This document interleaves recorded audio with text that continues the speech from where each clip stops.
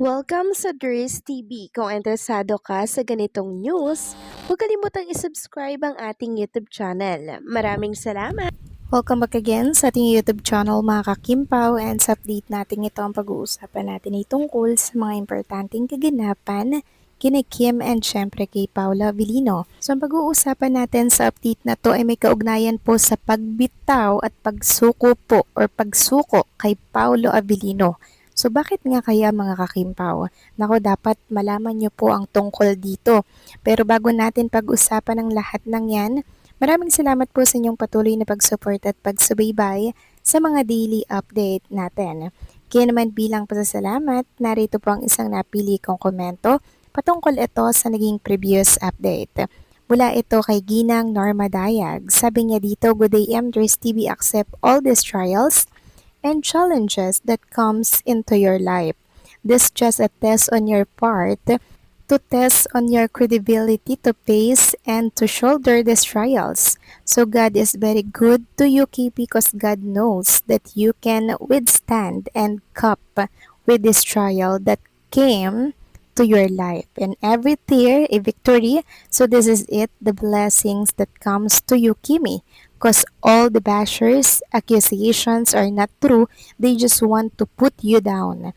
TOA bashers, for all your bash to keep, because in return, they are blessed. God bless you both and all their legit fans, blogger friends, seniors, and Uders TV together with your family and Aki. Maraming salamat sa inyong komento, Ginang Norma Dayag. So yes, tama po kayo sa inyong mga binitawan pong salita, no? So sa lahat po ng pagsubok, sa lahat po ng trials, alam naman natin na mapagtatagumpayan ito ni Chinita Princess. Pero ang ayaw lang natin mga kakimpaw ay yung mga nababasa po natin sa mundo ng social media. Alam kong kahit sabihin po na kaya ni Chinita Princess, nagiiwan po ito ng sugat at ng sakit mga kakimpaw. Pero sa kabila po ng pangbabash at pambabatikos kay Chinita Princess, alam naman natin na talaga namang andyan yung Diyos para po sa kanya, and also lagi po siyang may panibagong blessings. Pag ang dami pong mga bashers, ang daming pangbabatikos, may dumarating po agad na blessings. Ganyan pong magmahal ang nasa itaas para kay Chinita Princess. Alam kasi niya na talagang busilak din ang puso ni Kim, kaya naman sana ay mapagtagumpayan niya ang problemang kinakaharap niya ngayon. So maraming salamat sa inyong komento, Ginang Norma Dayag. God bless po at mabuhay kayo. So ito na nga, pag-usapan na natin mga kakimpaw, mga topic na nakalap natin sa update na to, at unahin na nga nating pag-usapan ang isa po sa binabanat kay Chinita Princess ngayon, na kung saan ay retokado daw po si Kim Chu. Kaya naman, naglabas po ng mga pruweba ang mga supporters ni Chinita Princess para patunayang hindi po ito totoo. Ayon nga dito, ang pretty-pretty ni Kimi noon pa man. Tapos ngayon sasabihin ng mga bashers, tokada at mas kamukha raw ni Lotus Pit. Hi Philippines, ang hirap talaga, konting kibot issue agad.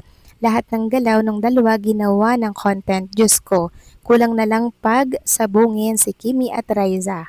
Ang mga bashers lang naman talaga ang naghahanap ng butas at nagpapalaki ng mga issue para makapanira, manginis o makabuo ng tinatawag na hate train. Nakatutok sila sa paghahanap ng negatibo. Madalas silang gumagawa ng issue para makakuha ng attention, reaction o engagement. Mas pinipili nilang bigyan ng mali siya ang mga simpleng bagay. Ang pinakamagandang gawin sa kanila ay huwag ng patulan, i-block agad para hindi na sila makahawa ng iba. Correct mga kakimpaw. Ganyan po ang dapat ginagawa ninyo. Dahil ang mga bashers, ang goal talaga niyan ay engagement and paninira na din kay Chinita Princess. Mabuti na lamang po't marami po mga Kimpaw fans na sumusuporta sa kanilang dalawa ni Paolo. Samantalang mangyak-nyak naman po si Chinita Princess sa kanyang bagong repost na picture sa kanyang ex account. So ito po may kaugnayan sa kanyang kapatid at sa kanyang business na House of Little Bunny, na kung saan ay mag-open nga po ng panibagong pop-up store by July 11. Sabi nga dito na nag-post, "Wow, this is a first for me to see her other sister supporting her. Nakaka-touch naman, meron mang nawala, meron namang nabigyan ng pagkakataon na ipakita sa'yo ang suporta at pagmamahal nila. Tapos na-repost ito ni Kim, sabi ni Kim, yes, this is so nakakaiyak daw mga kakimpaw. So ramdam po natin yung pinagdadaanan ngayon ni Chinita Princess. Talagang parang down na down po siya ngayon mga kakimpaw.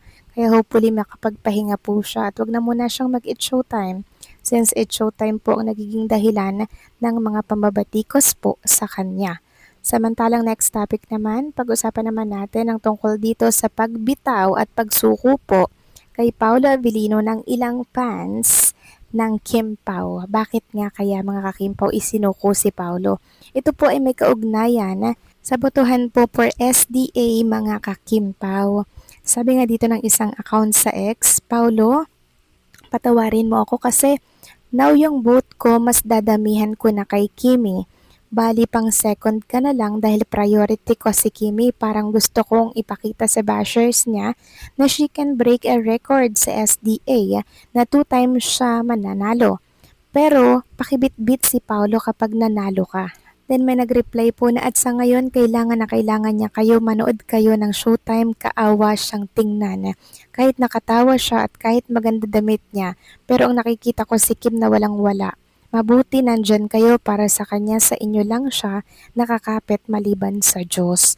So yan yung sinasabi ko sa inyo mga kakimpaw, nakatawa siya, pero deep inside, ramdam po natin yung pinagdadaanan niya po ngayon mga kakimpaw. Pinapakita niya sa camera na oo, masaya siya, hindi siya affected. Pero deep inside, ando na po mga kakimpaw, yung tinatawag na sakit, yung pag-iyak niya po mga kakimpaw sa problema na yan. Grabe, awang-awa po tayo ngayon kay Chinita Princess. Mabuti na lamang, andyan po ang mga Kimpaw fans. Nakasuporta po kay Kim Cho ngayon. Ganon din si Paolo Avellino na talaga naman pong hindi po iniiwan si Kim Cho. Although tahimik siya ngayon, pero alam natin ang ginagawa niya po sa likod ng camera. 24/7 po yung nakabantay kay Chinita Princess at alam natin yung ginagawa niya mga kakimpaw. Si Paolo nga po ang stress absorber ni Chinita Princess every time po na may mga ganitong nangyayari sa buhay po ni Kim Cho. Kaya sana iparamdam natin mga kakimpaw yung pagmamahal kay Chinita Princess. And syempre, ito po yung parang makakapag-comfort sa kanya ngayon since pinagtutlungan po siya ng mga netizen, mga bashers na din, nakikisawsaw na din mga kakimpaw. So malaking tulong po itong ginagawa natin na pagpakalma kay Kim Cho na talagang iparamdam po sa kanya na hindi po siya nag-iisa mga kakimpaw sa laban na ito. Alam nating lilipas din po yan, 'di ba? Katulad ng mga nangyari po sa kanya nitong mga nakaraan. Lilipas at lilipas, napapanahon lang yan or panapanahon lang ang mga nangyayari. Walang forever mga kakimpaw. Kaya hanggat viral po yan, dead man na lang sana si Kim Cho at mag-log out muna sa kanya mga social media account. So kayo ba mga kakimpaw, anong masasabi ninyo dito? Please comment down below.